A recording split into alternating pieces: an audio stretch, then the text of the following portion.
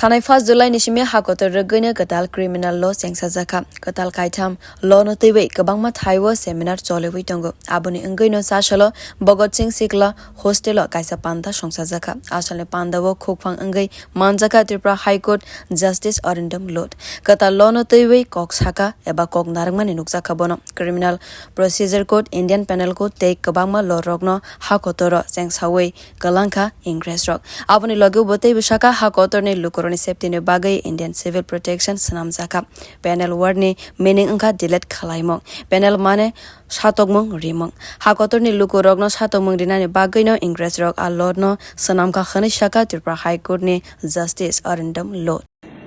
भारतीय न्याय संहिता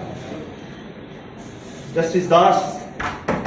had referred in his deliberation that panel, the word doesn't sound good. It gives different signal, different connotation, different concept to us. What he tried to say. Just for clarification to certain extent, in my opinion, penal we have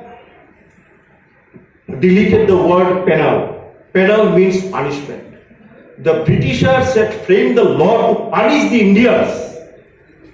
The colonial system as a kind of deprivation of the Indian citizens. So our legislatures, in my opinion, rightly deleted the word repealed the system and deleted the word penal and substituted it by NAY. NAY means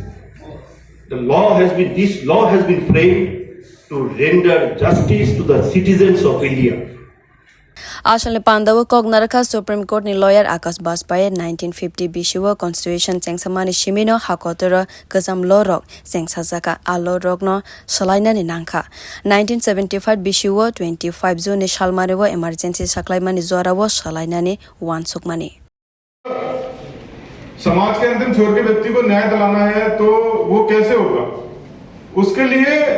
अधिवक्ता परिषद न्याय केंद्र चलाती है और उस न्याय केंद्र में कोई भी व्यक्ति जो